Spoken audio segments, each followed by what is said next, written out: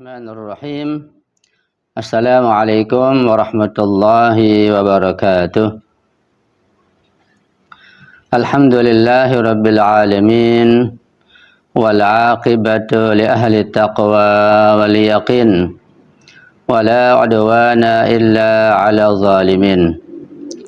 Ashhadu an la ilaha illallah wahdahu la syarika lah. وأشهد أن سيدنا ونبينا محمدا عبده ورسوله اللهم صل على فاطمة وأبيها وبعلها وبنيها وسر المستودع فيها بعدد ما أحاط به علمك رب اشرح لي صدري ويسر لي أمري wahlul 'uqdatam min lisani yafqahu qawli amma ba'du. Ikhwani wa akhwati rahmatullah, para pecinta kajian akhlak dengan membaca kitab Jami'us Sa'adat yang saya hormati. Pertama-tama mari kita bersyukur kepada Allah Subhanahu wa taala. Pada sore hari ini kita kembali bisa berkumpul, berjumpa dalam satu kajian yang mudah-mudahan kajian ini akan mendatangkan keberkahan dalam hidup kita, akan membawa kita kepada kebahagiaan lahir batin dunia dan akhirat insyaallah. Kita masih membahas tentang dalil-dalil kenon-materian ruh atau jiwa atau sukma atau nafs namanya. Ini satu kajian filsafat yang memang agak berat dan kita perlu bersabar untuk memahaminya, dan insya Allah dengan banyak merenung, membaca, mengulanginya, kemudian juga kita banyak bertanya, insya Allah akan dapat kita pahami lebih banyak lagi insya Allah. Karena muqaddim ini satu kajian yang cukup penting terkait masalah kajian akhlak yang berbeda dengan kitab-kitab akhlak yang lain. Sulitnya mengkaji tentang ruh karena ruh itu bersifat non materi, sehingga untuk membuktikan keberadaan ruh yang non materi itu memerlukan dalil-dalil akli dan falsafi. Tidak mungkin dan tidak cukup dengan dalil-dalil tekstual Al-Quran, hadis, dan riwayat.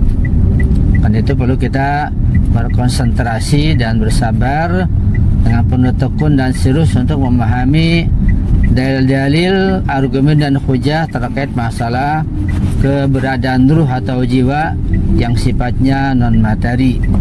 Karena ruh memang tidak bisa dilihat, tidak bisa diraba, tapi dia dapat dirasakan.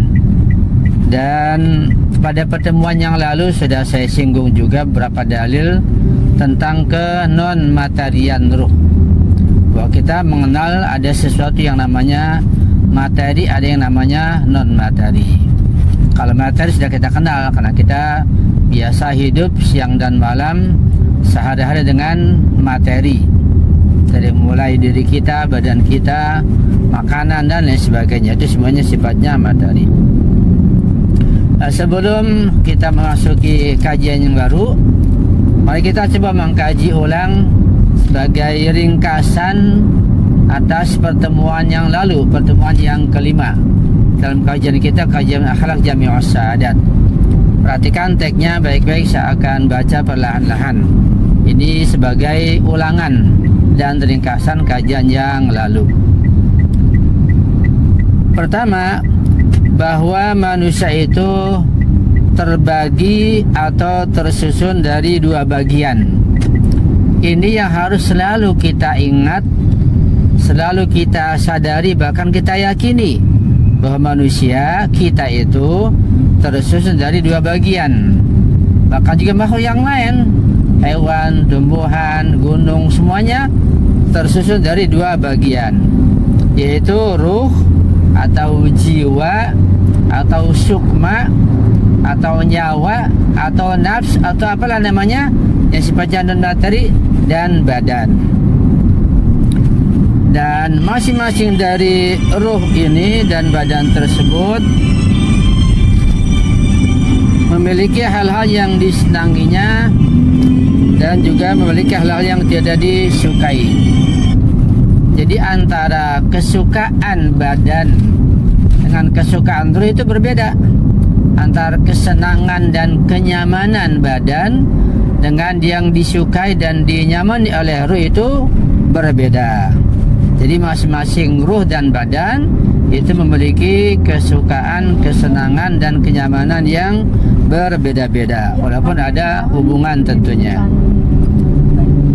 Kemudian badan manusia itu bersifat material dan akan binasa. Ini pun menurut pandangan sebagian ulama, artinya bahwa semua yang berfisik, semua yang materi, badan kita ini akan binasa, akan luluh, akan hancur, ya, ataupun berubah jadi bentuk yang lain. Itu ada kajian tentang perbedaan dan ikhtilaf antara ulama mengenai kehancuran badan. Dikatakan bahwa badan manusia bersifat material dan akan binasa secara global. Sedangkan ruh manusia itu bersifat non material dan akan tetap kekal abadi. Jadi ruh itu nggak bisa binasa, ruh nggak bisa tiada. Sekali ada tetap ada. Cuma pindah-pindah dari alam ruh ke alam kandungan ibu, dalam perut ibu, ke dalam dunia sekarang, ke alam barzah setelah meninggal dunia, dan nanti ke alam akhirat. Ruh pindah-pindah dan kekal. Nah, di akhirat kekal abadi, sebagian di surga, sebagian di neraka. Jadi ruh nggak bisa binasa, ruh nggak bisa sirna, ruh kekal abadi. Kemudian apabila ruh kita, ruh manusia itu dihiasi dengan kemuliaan akhlak, karena yang bisa menghiasi kemuliaan akhlak adalah kita manusia, juga jin tentunya. Adapun makhluk yang lain kayak hewan tidak ada istilahnya menghiasi dengan kemuliaan akhlak, apalagi tumbuhan, apalagi kita sebut dengan benda-benda yang lain, tidak mungkin. Jadi hanya kita manusia yang bisa menghiasi ruh kita dan jiwa kita dengan kemuliaan akhlak. Karena itu kajian akhlak ini dikhususkan buat umat manusia, tidak buat hewan, tidak buat makhluk yang lain. Maka ia akan berada dalam kebahagiaan dan kenikmatan selamanya. Ini kenikmatan yang hakiki yang perlu kita pahami, bahwa ketika ruh kita hiasi dengan akhlak yang mulia. Ingat ya, akhlak yang mulia, akhlak islami, akhlak yang sesuai dengan bimbingan Nabi dan Imam Suci. Ketika akhlak itu menghiasi ruh kita, maka akan mendapatkan kenikmatan yang abadi selamanya. Namun jika ruh itu dikotori dengan akhlak yang tercela, akhlak yang buruk, maka ia akan berada dalam azab dan kesengsaraan yang kekal abadi. Artinya di sini bahwa akhlak yang baik dan akhlak yang buruk itu memiliki peranan penting untuk kesenangan atau kesengsaraan ruh secara abadi dan selamanya. Ketika ruhnya dihiasi dengan akhlak yang mulia, yang baik, maka akan bahagia dan senang selamanya. Ketika ruh dihiasi atau dikotori dengan akhlak yang tercela, yang buruk, maka dia akan merasakan kesengsaraan yang abadi pula. Jadi betapapun materi itu banyak, melimpah ruah, kaya raya, uang yang banyak dan segalanya, badan sehat, tapi ketika hatinya dan ruhnya dikotori dengan penyakit akhlak yang buruk seperti adanya hasud, kedengkian, permusuhan, maka tidak akan merasakan kebahagiaan, bahkan sebaliknya akan merasakan kesengsaraan yang abadi selamanya. Kemudian bahwa jiwa kita itu, ruh, bersifat non material, itu tidak terikat pada materi. Arti tidak terikat pada materi, bahwa ruh kita itu, jiwa kita punya undang-undang sendiri, punya aturan sendiri, ya, ruh kita itu. Karena itu kita perlu memahaminya dengan baik, bahwa ruh kita itu punya tatanan sendiri, dia bersifat mandiri. Lewat ini bisa enggak ya? Itulah ruh kita. Kali ini ditunjukkan dari beberapa alasan. Nah, ini beberapa alasan ini tentang masa kenon material ruh sudah kita pelajari, sudah kita kaji. Ya. Yang pertama, berbalik lagi, Bu.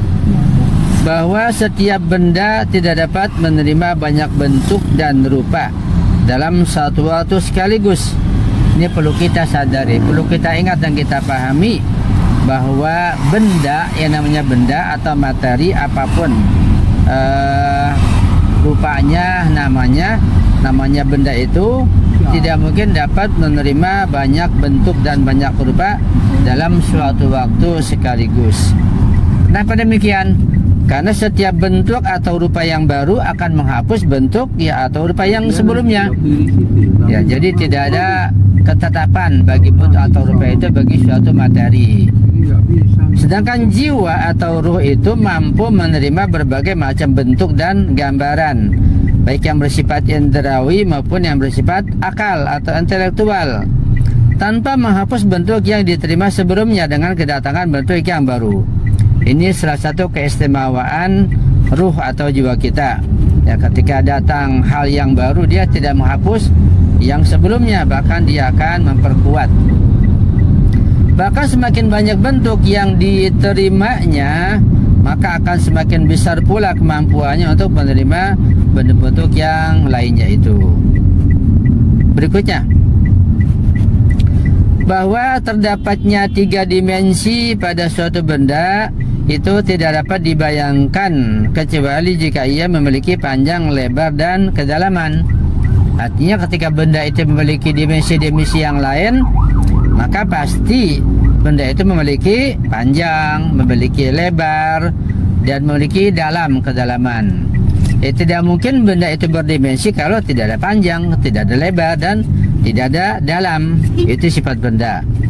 Dan terjadinya warna, rasa, dan bau pada suatu benda hanya dapat dibayangkan jika benda tersebut memiliki warna, rasa, dan bau.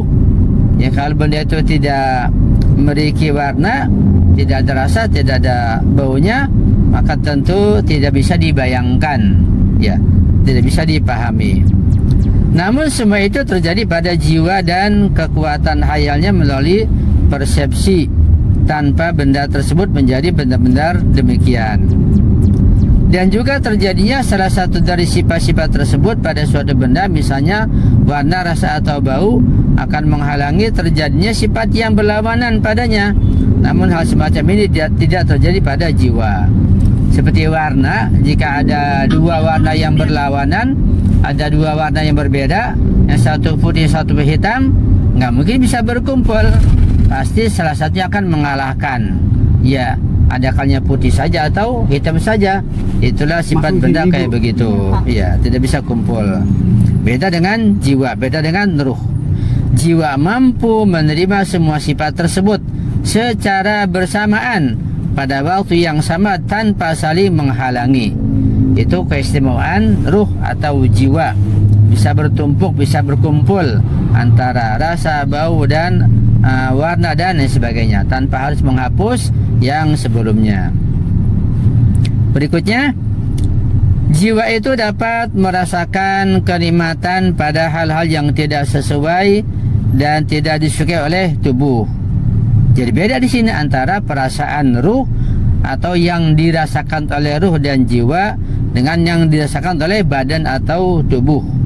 Sehingga jiwa atau ruh itu dapat merasakan kenikmatan sementara tubuh tidak dapat menjangkaunya atau tidak sesuai dengan keinginan tubuh. Ya, saya ulangi bahwa jiwa itu dapat merasakan kenikmatan pada hal-hal yang tidak sesuai dan tidak disukai oleh tubuh. Apa contohnya? Seperti hal-hal yang bersifat spiritual dan pengetahuan yang hakiki. Dan jiwa tidak condong pada kenikmatan jasmani, khayalan, atau ilusi. Ya, itulah tentang masalah ruh atau jiwa. Ya, jadi jiwa akan bisa merasakan kenikmatan, tetapi tubuh itu belum tentu bisa merasakannya, atau tubuh itu belum tentu mencintainya atau condong kepadanya. Seperti hal-hal yang spiritual. Ya, mungkin kalau orang yang mencapai spiritualnya tinggi bisa memahami. Misalnya ketika seorang kenikmatannya mencari ilmu, atau kenikmatannya bertawasul, atau bermunajat atau membaca doa, ya, atau membaca ziarah beramai-ramai, nikmat sekali. Nah, sementara tubuh itu belum tentu bisa menikmatinya.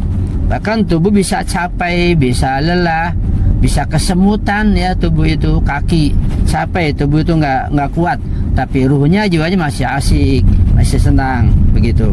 Itu jiwa beda dengan tubuh.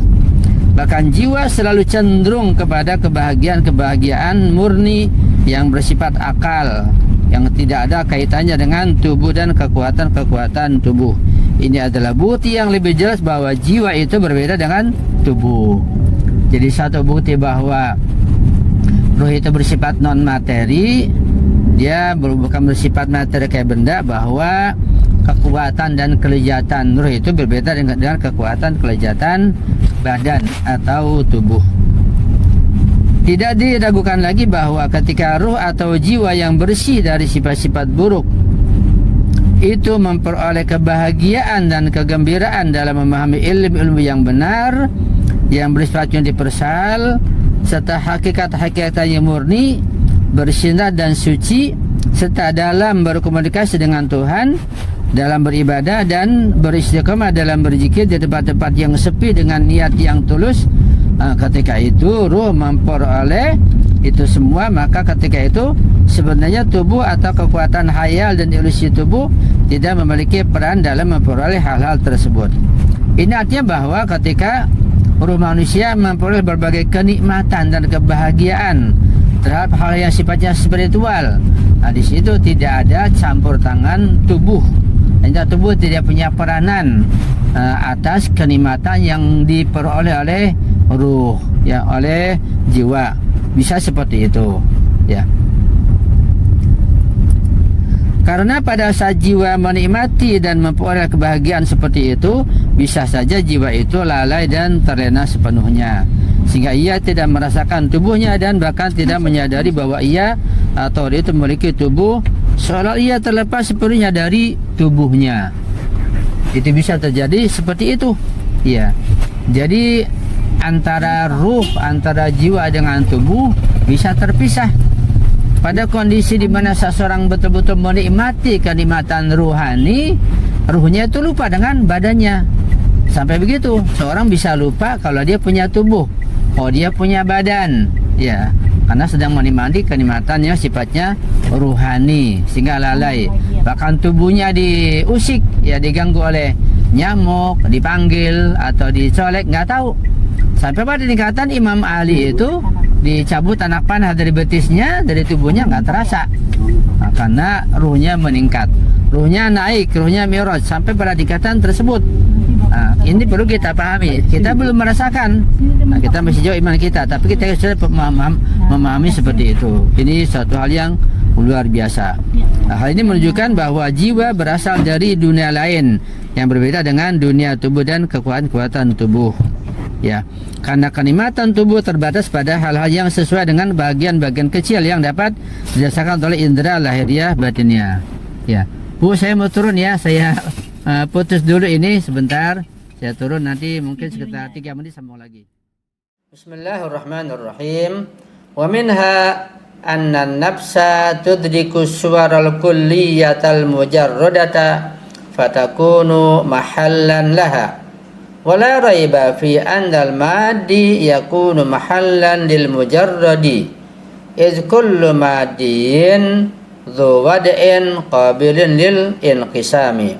Artinya, dan diantaranya di dalil yang keempat mengenai argumen atau dalil ke non materian ruh atau nyawa, ya, atau jiwa, adalah bahwa jiwa itu dapat menangkap gambaran-gambaran universal yang bersifat abstrak, yang bersifat tidak jelas, yang nggak bisa dijangkau oleh indera materi, sehingga ia menjadi tempat bagi gambaran-gambaran tersebut.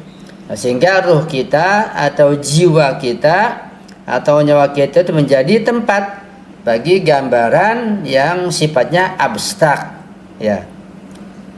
Tidak diragukan lagi bahwa sesuatu yang bersifat material itu tidak mungkin menjadi tempat bagi yang bersifat abstrak. Sesuai yang materi tidak mungkin jadi tempat yang abstrak, yang tidak jelas atau yang non materi. Karena setiap yang material memiliki bentuk dan dapat dibagi-bagi. Beda dengan yang non material, nggak bisa dibagi-bagi. Tapi yang material itu dapat dibagi-bagi.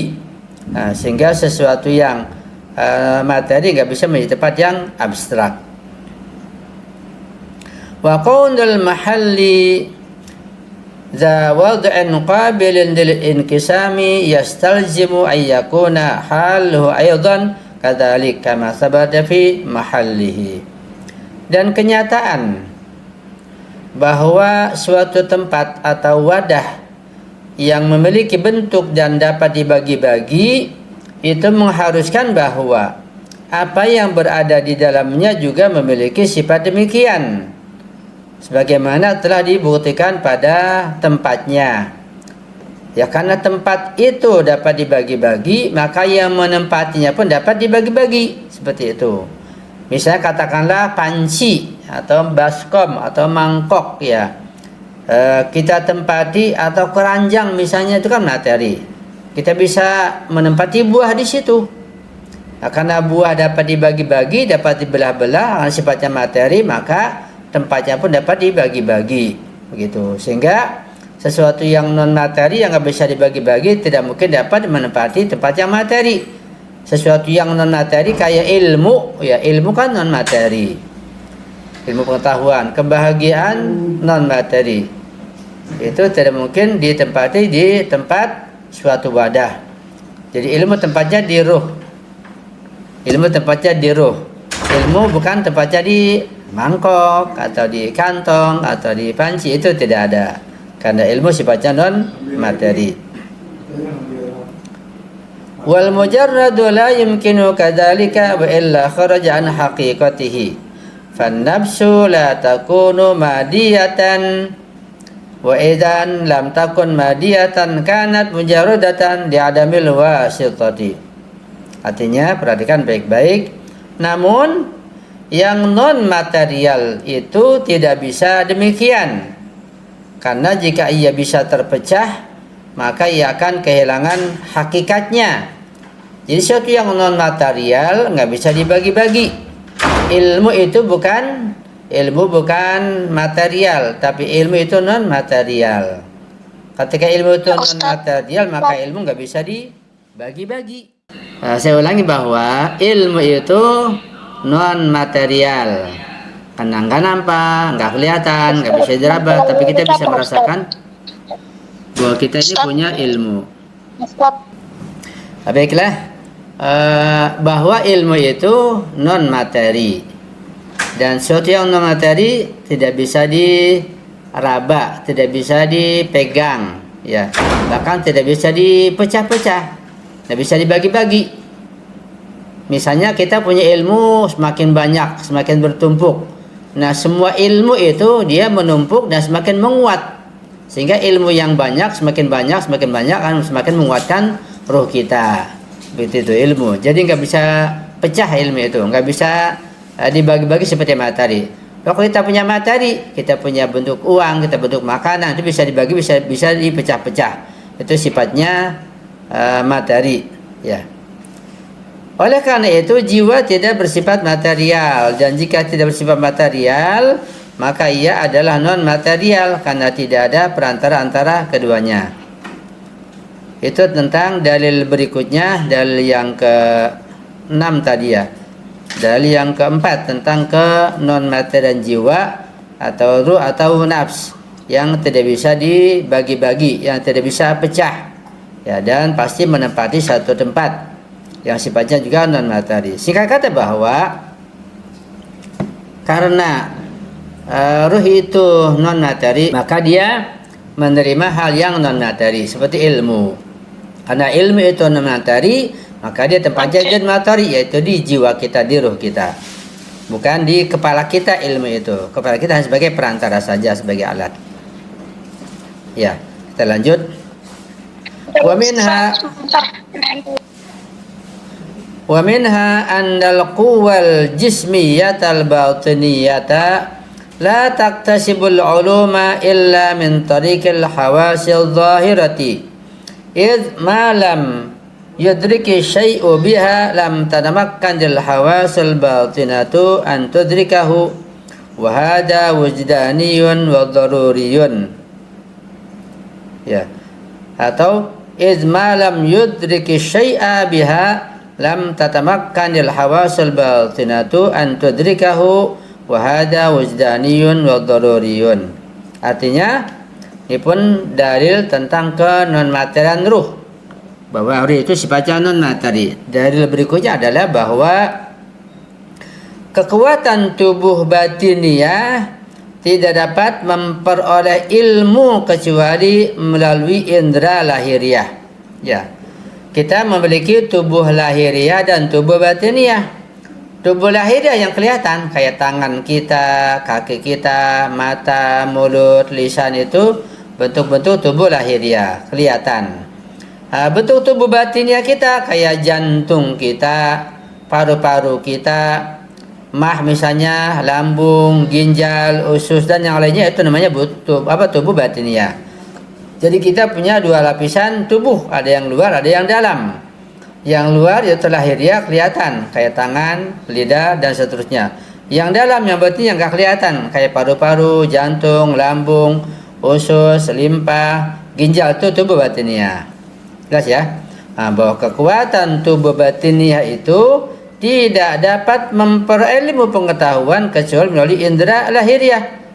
Karena apa yang tidak dapat dirasakan oleh indera lahiriah, maka indera batiniah tidak akan mampu mempersepsinya. Hal ini adalah pengalaman yang jelas dan pasti.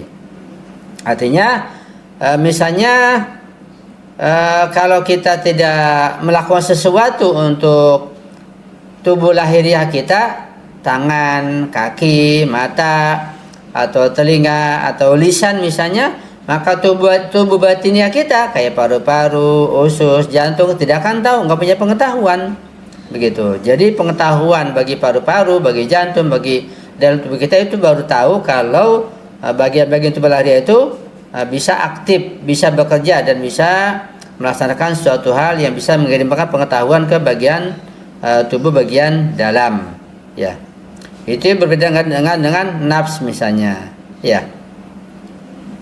Misalnya katakanlah kayak orang yang sakit mah, ya. Orang sakit mah itu misalnya ketika makan sesuatu yang asam misalnya, ya. Dia kan merasakan asam di mulutnya. Kemudian lambungnya akan merasakan dikasih informasi tentang rasa sakit pada lambung begitu, akibat dari makan sesuatu yang asam. Dari lahiriah dulu, dari mulut dulu, baru ke batinnya, baru ke lambung. Seperti contohnya, jika contohnya seperti itu. Ya. Nah, kan nafs atau ruh atau juga tidak demikian. Wa nafsu qad tudriku ma la tariqa syai'a min al-hawasi ila idrakihi kal umuril mujarradati wal ma'andil basitatil kulliyati wa asbabil ittifaqati wal ikhtilafat allati bainal mahsusati. Namun jiwa itu dapat memahami apa yang tidak bisa dijangkau oleh indera, seperti hal-hal yang bersifat non material, makna-makna sederhana yang bersifat universal, serta sebab-sebab dari kesepakatan dan perbedaan yang ada di antara benda-benda yang dapat dirasakan. Nah, jadi kalau badan kita baik keluar maupun bagian dalam itu bisa dapat memperoleh sesuatu pengetahuan dengan mengontak langsung, dengan hubungan langsung secara material. Misal kita bisa paham bahwa bola itu bulat kalau kita melihatnya. Kita bisa merasakan sesuatu yang kita raba itu kasar kalau kita memegangnya, dan begitu seterusnya. Ya. Tetapi kalau ruh, kalau jiwa tidak demikian. Jiwa itu tidak seperti fisik atau badan ketika memperoleh ilmu pengetahuan. Jiwa atau ruh bisa memahami yang tidak bisa dijangkau oleh indera. Misalnya kasih sayang, katakanlah Seorang anak dapat memahami, dia paham ibunya itu sayang, ibunya cinta. Ketika misalnya ibunya senyum, ibunya lembut, tatapan mata ibu itu kelihatannya juga menampakkan kasih sayang, maka itu anak langsung paham bahwa ibunya itu menampakkan kasih sayangnya. Anak paham ibunya sangat sayang padanya. Bahkan hewan pun bisa paham. Itu tanpa ibunya mengucapkan, wahai anak, misalnya, ibu cinta pada kamu, ibu sayang kamu. Tanpa itu pun, tanpa ada ucapan sayang, anak akan paham dengan sikap ibu, ya. Dimana indera atau hal-hal yang materi tidak bisa memahaminya, tapi ruh, jiwa bisa memahami hal itu. Itulah keistimewaan ruh atau jiwa atau nafs, ya. Juga tentang nama-nama yang sederhana, yang sifatnya universal, itu bisa memahami tentang sebab-sebab yang dengan kesepakatan, ya. Misalnya antara hubungan satu dengan yang lain, hubungan seorang A dengan seorang B misalnya, ya. Sekedar adanya hubungan baik, hubungan tidak baik, ya, itu jiwa atau bisa memahaminya. Kalau dengan isyarat, dengan tatapan mata, ketika mata melotot, baru paham, oh dia sedang marah. Ya, ketika senyum baru paham kalau dia itu sedang bahagia. Dan seterusnya seperti itu kondisi ruh. Wa daruratul aqliyatu qadiyatun bi annahu la madkhaliyata li syai'in min dal hawasi fi idraki syai'in min dzalik. Dan akal secara pasti menetapkan bahwa tidak ada peran sedikit pun dari indera dalam menangkap hal-hal semacam itu. Jadi indera itu nggak punya peranan ketika ruh menangkap sesuatu yang sifatnya ruhaniyah yang tidak nampak. Itu semua kerja batin ruh, kerja sukma, kerja jiwa, tanpa ada kekuatan atau campur tangan si indera, baik itu mata, telinga, alat pengecap dan seterusnya. Wa aidan tahkumu bi annahu la wasitata bainan naqidain wa hadzal hukmu ghairu ma'khudin min mabadi'i hissiyah. إذ لو كان مأخوذا منها لم يكن قياسا أوليا فمثله مأخوذ من المبادئ الشريفة العالية التي تبنى عليها القياسات الصحيحة. Akal juga menetapkan bahwa tidak ada perantara antara dua hal yang saling bertentangan, antara dua kontradiksi. Ketika ada dua kontradiksi yang saling bertentangan, maka tidak ada perantara di situ. Itu akal dapat menetapkannya, dapat memahaminya. Dan ketetapan ini bukanlah hasil dari prinsip-prinsip indrawi. Sebab jika ia berasal dari prinsip-prinsip tersebut, maka ia tidak akan menjadi silogisme primer. Ketetapan semacam ini bersumber dari prinsip-prinsip luhur dan tinggi yang menjadi dasar bagi silogisme yang sahih atau yang benar. Itulah kemampuan akal dapat memahami adanya silogisme atau kias, ya, atau perbandingan antara satu benda dengan yang lainnya, antara dua hal yang kontradiksi. Itu akal dapat memahaminya karena sifatnya seperti itu. Wa aidan hiya hakimatun 'alal hissi fi sidqihi wa kadhibihi wa qad tukhti'uhu fi af'alihi wa taruddu 'alaihi ahkamahu katakhti'atihi lil basari fi ma yarahu asghar ma huwa alaihi fil waqi au bil aksi. Akal juga menjadi hakim. Akal itu menguasai, ya, atas indera dalam menilai benar atau tidaknya persepsi indrawi. Ia bisa menyalahkan indera dalam tindakannya serta menolak penilaiannya, sebagaimana akal menyalahkan penglihatan ketika ia melihat sesuatu tampak lebih kecil dari ukuran sebenarnya atau sebaliknya. Jadi perlu kita pahami bahwa akal kita itu, hati kita juga bersifat non materi, bersifat ruhani. Nah, akal kita dan hati kita yang bersifat ruhani itu hakimah, itu menguasai indera kita. Kita kan punya indera, kita punya indera penglihatan, kita punya indera peraba, kita punya indera pengecap, kita punya indera pendengaran. Semua indera kita itu, panca indera kita itu dikuasai oleh akal, dikuasai oleh hati, ya. Jadi akal kita yang sifatnya non materi, juga hati kita menguasai indera kita yang sifatnya materi. Nah, Ketika akal kita, hati kita menguasai indera kita, maka bisa saja sesuatu yang dinilai oleh indera kita itu salah dan akal kita menyalahkannya. Jadi bisa berbeda dalam menilai. Akal kita menilainya seperti itu, nah indera kita menilainya lain. Nah, kita akan berikan contoh insya Allah. Artinya dalam menilai itu berbeda antara akal kita dengan indera kita. Karena itu indera kita itu harus tunduk di bawah bimbingan akal. Jangan sampai akal kita tunduk di bawah perasaan dan indera kita. Itu terbalik. Ya, saya ulangi, ini kajian penting ini. Bahwa kita harus mengalahkan dan menundukkan indera-indera kita dan memenangkan atau memberikan kekuasaan pada akal kita. Akal kita yang sangat tinggi harus diberikan kekuasaan untuk menguasai indera kita. Indera kita apa? Ya penglihatan, ya pendengaran, ya pengecapan, ya peraba dan seterusnya. Jangan sampai terbalik. Kalau terbalik kita akan kesasar, kita akan tersesat nanti. Karena itu, apapun yang kita lihat, apapun yang kita dengar, apapun yang kita rasakan, yang kita raba, harus kita kembali pada akal. Biar akal yang menilainya. Jangan ketika kita mengecap sesuatu atau kita melihat sesuatu langsung menilainya, bisa salah. Kita mendengar sesuatu langsung menilai, ya langsung tanpa kita kembali pada akal, bisa salah. Ya, karena itu akal terkadang bisa menyalahkan penilaian indera. Kita lihat contoh berikutnya. Wa fima yarahu mustadiran wa huwa murabba'un aw maqsuran wa huwa sahihun aw mu'awwajan wa huwa mustaqimun aw mankusan wa huwa muntasabun atau muntasibun aw mukhtalifan fi wadhihi al-waqi'i. Atau ketika indera penglihatan melihat sesuatu tampak bulat padahal sebenarnya berbentuk persegi. Begitu. Jadi bisa saja indera penglihatan kita, mata kita melihat suatu benda itu bulat padahal itu dari kejauhan kita lihat.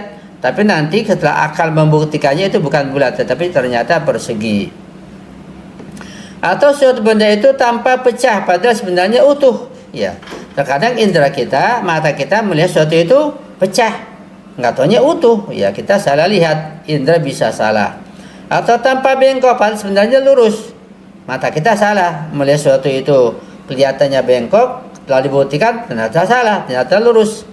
Atau tampak terbalik padahal sebenarnya tegak. Atau benda itu tampak berbeda dari keadaan sebenarnya.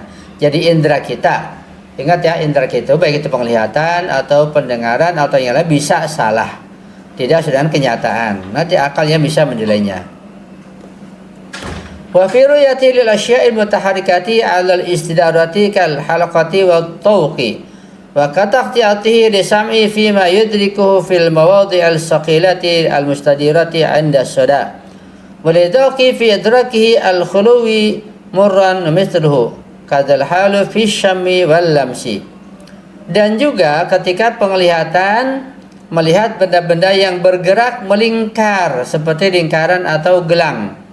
Atau ketika ia itu akal menyalakan pendengaran atas apa yang ditangkapnya di tempat-tempat licin dan melengkung akibat gema. Serta menyalakan indera pengecap ketika ia merasakan sesuatu yang hambar sebagai pahit. Dan demikian pula halnya dengan indera penciuman dan peraba. Jadi singkat kata bahwa indera kita itu bisa seringkali mengalami kesalahan. Terutama ketika indera kita sedang mengalami rasa datang penyakit.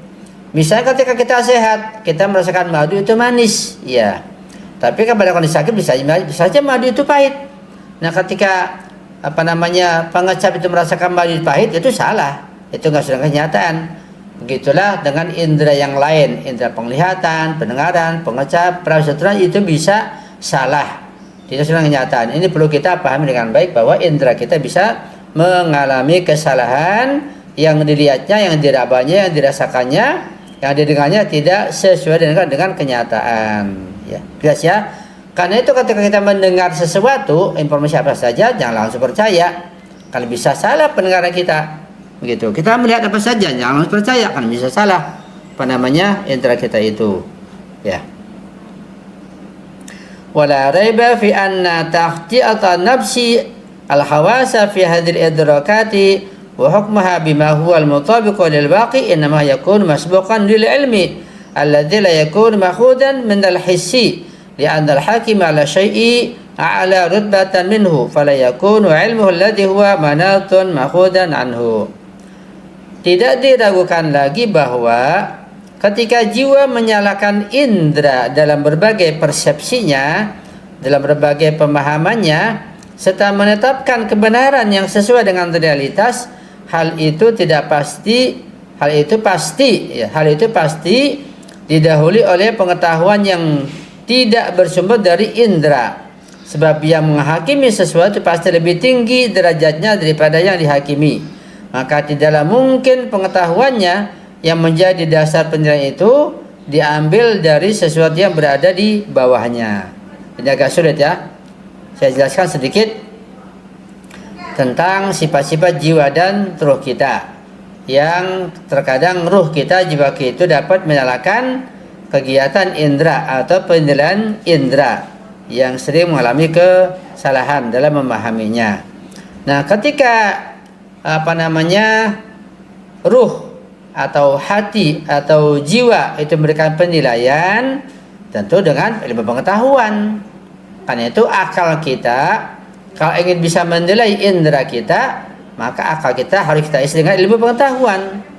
Ketika akal kita tidak diisi dengan ilmu pengetahuan, dia nggak belajar, dia harus belajar atau ilmunya salah, maka nanti nggak bisa menilai sesuatu yang dinilai oleh indera kita.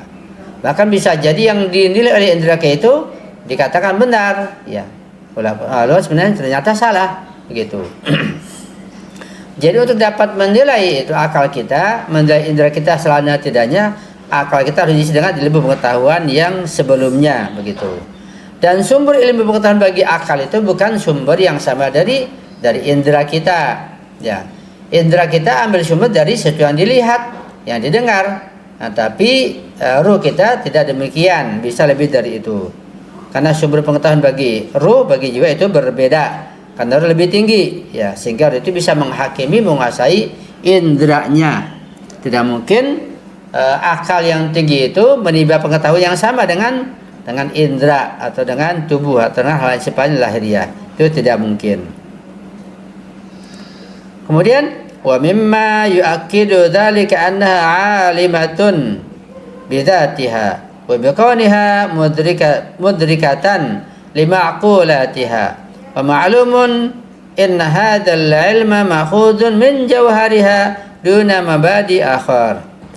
Dan yang menguatkan hal itu adalah bahwa jiwa mengetahui dirinya sendiri dan mengetahui bahwa ia menyadari hal-hal yang bersifat akal atau ma'kulat. Ya. Jadi jiwa, ruh, hati dapat mengetahui dirinya sendiri. Ya. Beda dengan indera kita yang perlu bantuan.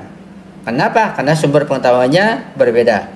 Dan telah dimaklumi bahwa pengetahuan semacam ini berasal dari hakikat atau esensi dirinya sendiri, bukan dari prinsip-prinsip lain di luar dirinya. Jelas ya bahwa indera kita punya pengetahuan dari luar, tapi jiwa kita atau nafs dan ruh kita itu mengambil sumber pengetahuan dari jalan yang lain. Nah, sifatnya non materi, kemudian mengeluarkan ilmu itu dari dalam dirinya sendiri. Ini sekilas saja, karena kita juga agak sulit memahaminya. Ya, tentang bagaimana perbedaan ruh dengan badan itu sangat jauh. Nah, jadi singkat kata bahwa begini singkatnya, secara globalnya yang bisa kita pahami bahwa indera kita itu, baik itu penglihatan atau pendengaran atau pengecapan atau penciuman atau perabaan, indera kita itu bisa mengalami kesalahan, hanya tidak sesuai dengan yang sebenarnya. Artinya bahwa indera kita itu ketika melakukan kesalahan, ya dia tidak sesuai dengan kenyataan, dengan realita, begitu. Dan nanti akal yang sifatnya rohani, sifatnya non materi bisa membuktikan kesalahan indera tersebut. Ya, karena itu untuk bisa meluruskan, bisa memperbaiki kesalahan indera kita dalam menilai sesuatu, maka perlu adanya akal, dan akal diisi dengan ilmu pengetahuan. Akal tanpa pengetahuan nggak bisa menilai tentang kesalahan indera atau indera itu benar. Jadi kita perlu mengkaji ilmu berbagai pengetahuan agar akal kita terisi, sehingga akal kita bisa memperbaiki indera kita. Kalau indera kita perbaiki, nanti akal itu bisa membimbing indera kita. Nah, kalau indera kita dibimbing oleh akal kita, akan mencapai kebahagiaan, mencapai ketenangan, ketentraman. Jika tidak, akan berbahaya. Seperti itu. Itu singkatnya begitu. Ya. Kita lanjut. Wa minha inna nushahidu anna al-badana wa quwwahu yad'ufani fi af'alihima wa atharihima. Wan nafsu taqwa fi idrakatiha wa sifatiha kama fi sinil kuhula. Di antaranya itu dalil ke-6 tentang keunaan materi dan ruh, bahwa kita dapat menyaksikan, kita dapat melihat bahwa tubuh dan kekuatannya itu bisa melemah, dan tindakan dan pengaruhnya juga bisa melemah. Tubuh kita bisa lemah, badan kita bisa lemah, ya. Sedangkan jiwa justru menguat dalam persepsi dan sifat-sifatnya, sebagaimana terjadi pada usia parubaya, pada usia ya tua lah, katakanlah begitu. Nah, jadi kalau kita menggunakan fisik kita, coba saja ibu bekerja non-stop 4-5 jam terus kerja berat, ya capek fisik itu, lemah. Misalnya ibu bapak lari, ya lari sekuat naga, berapa menit sudah lelah, capek. Itulah fisik, cepat capek ketika digunakan. Tapi ruh nggak demikian. Coba kita ngaji, kita belajar, menuntut ilmu, ruh nggak pernah capek. Paling fisiknya yang capek, badannya capek, ya. Capek misalnya perutnya lapar, atau lehernya pegel, atau kaki kesemutan, atau pinggangnya, kan fisik yang capek. Tapi akal ketika menerima ilmu itu, ketika dia merasa asik, cocok, terus nggak pernah capek. Sehingga ilmu pengetahuan yang bertambah terus di akal, terus dia akan menumpuk dan semakin menguat. Itulah sifat akal. Badan bisa capek, tapi akal sebagai tempat ilmu tidak pernah merasa lelah. Itulah sifat ruhani. Aw yakunani qawiyaini fil af'ali ma kauniha dhaifah fiha kama fi sinni syabab. Kalau kanat jisman aw jismaniyatan lakanat tabi'atan lahuma fi ad-dhafi wal quwwah. Ya. Terkadang juga tidak demikian, artinya bisa berbeda antara kekuatan ruh dengan kekuatan badan, kekuatan akal dan kekuatan badan.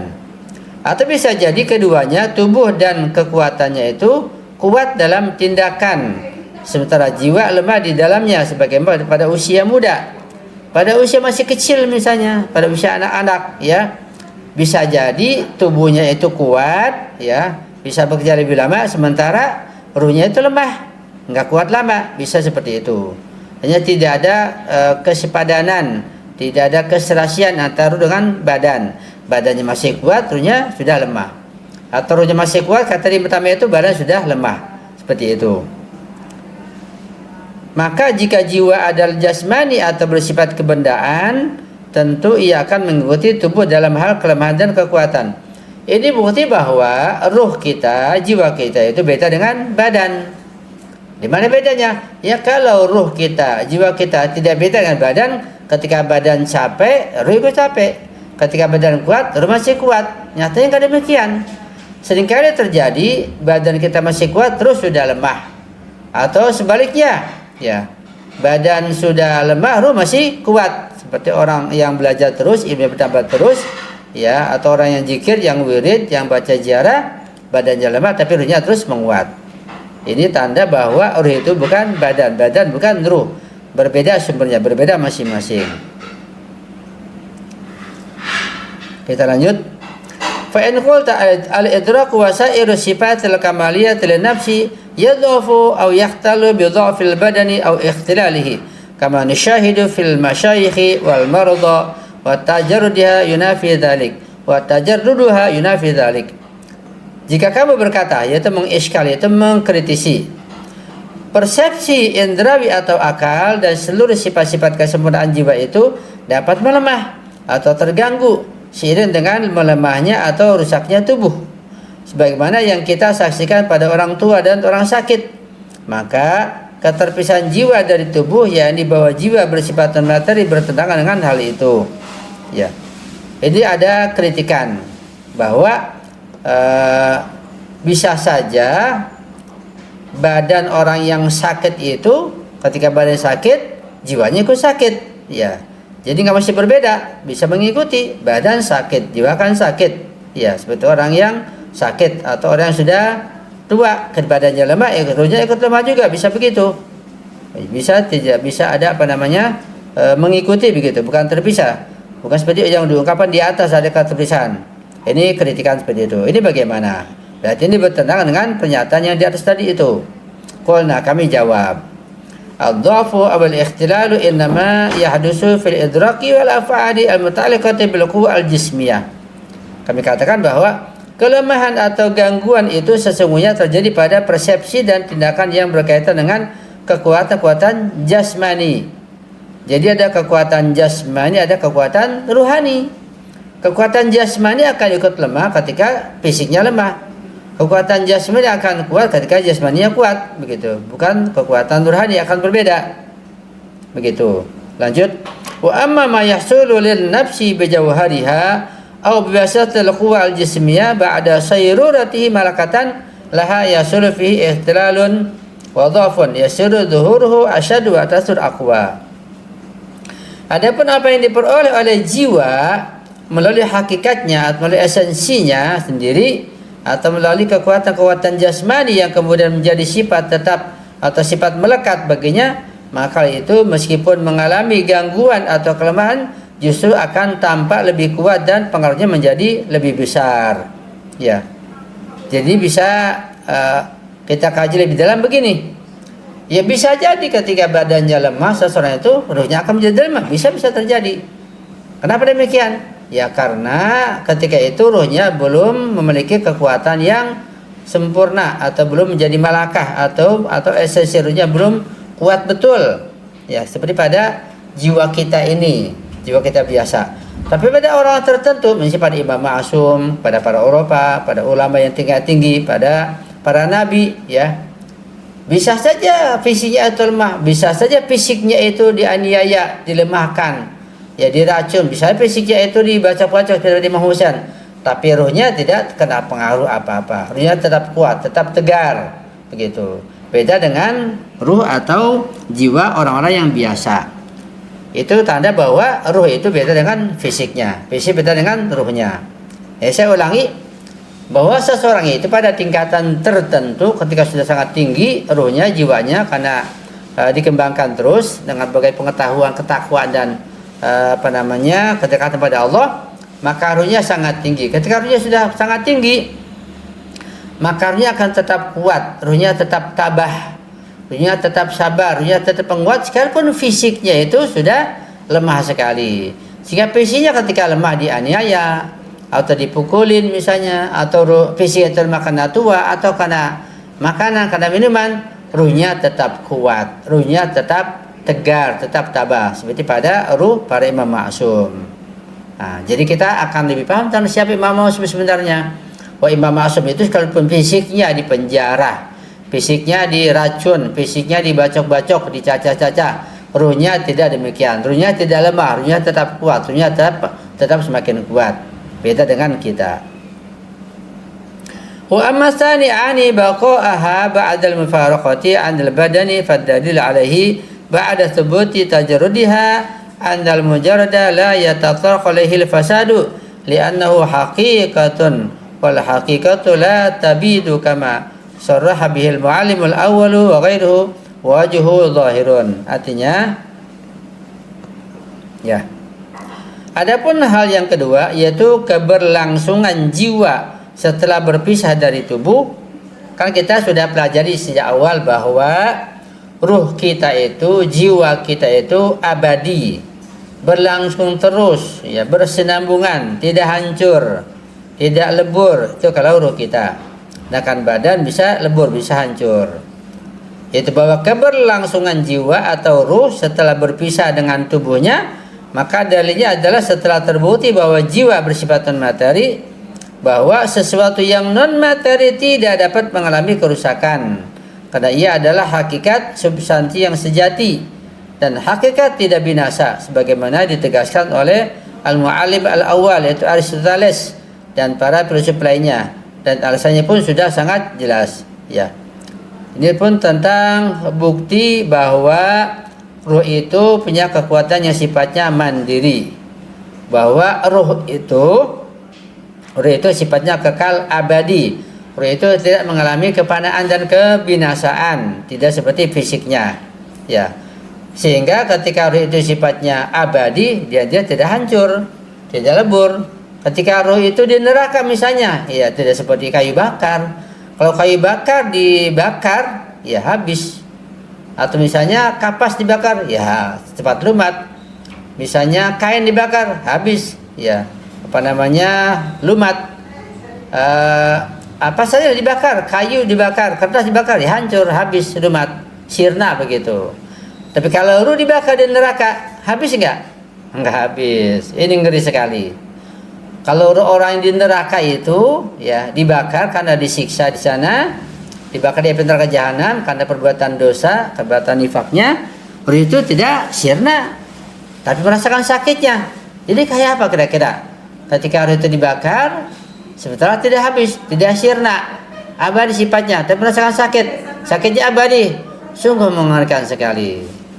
Tapi ketika ruh itu di surga, dapat kenikmatan, nikmatnya enggak sirna, nikmatnya abadi. Kalau kita makan, ya makan sampai tenggorokan sirna, masuk ke perut sudah hilang, sebentar doang. Itu pun ya kalau ada kenikmatan, itu kita kejar-kejar kenikmatan sekejap itu. Di surga yang nikmatnya abadi, kita nggak kejar, kita nggak mau tahu betapa hinanya diri kita ini. Ya, kenikmatan surga abadi, jadi nggak hilang, nggak tergambar karena kenikmatan nggak hilang. Kenikmatan apapun di dunia ini, kenikmatan bersuami, beristri, kenikmatan makan, minum, apa saja hanya sekejap, hanya sementara dan sirna. Dan kenikmatan yang sebelumnya ketika ada kenikmatan baru, kenikmatan sebelumnya itu hilang, dia sirna. Tapi di alam surga kenikmatan sebelumnya dia hilang, ketika ada kenikmatan baru terus bertambah, tambah nikmat. Itu sungguh luar biasa, kita nggak bisa menggambarkan dan bahkan nggak bisa dijelaskan. Jadi sebagaimana kenikmatan tidak hilang, tidak sirna dalam surga karena ruhnya itu, juga siksa juga di neraka tidak sirna, dibakar terus, disiar terus, sementara bertambah-tambah terus, sementara yang sebelumnya tidak sirna. Seperti itu. Itulah tentang kondisi ruh, kondisi jiwa, kondisi nafs ya di alam baka, di alam kekal abadi nanti. Itu hakikatnya seperti itu. Itu yang dijelaskan oleh Al-Mu'allim al-Awwal namanya Aristoteles seperti itu. Ini sudah jelas. Sudah sifat terus seperti itu. Sifat juga seperti itu. Ini yang perlu kita pahami. Sehingga kita paham ini, kita mengerti ini, nah kita mengenal siksa itu kita ngeri. Kita mengenal kenikmatan kita rindu. Sehingga kita tidak terlalu mengejar kenikmatan dunia, ya. Kita tidak khawatir dengan siksa atau kesengsaraan dunia. Itu diantara manfaat mengkaji akhlak secara mendalam tentang kaitan dengan masalah ruh dan jiwa, ya. Mungkin sampai di sini kita lanjut pada kajian akan datang. Kita sudah membahas beberapa adil tentang masalah ruh, masalah jiwa. Ya mudah-mudahan kita dapat pahami walaupun mungkin sekian persen saja. Dibaca ulang, diulang-ulang lagi, teksnya dibaca lagi, tanya lagi sampai bisa meningkat insyaallah. Mudah-mudahan kita bisa meningkatkan ilmu kita, iman kita, takwa kita, bisa meningkatkan tentang ma'rifat kita dan irfan kita kepada Allah Subhanahu wa taala, sehingga kita lebih khusyuk lagi, lebih tawadhu lagi, kita lebih rindu lagi pada kenikmatan akhirat insyaallah. Amin ya rabbal alamin. Ya Ibu Ira, dipersilakan bagi yang ingin bertanya.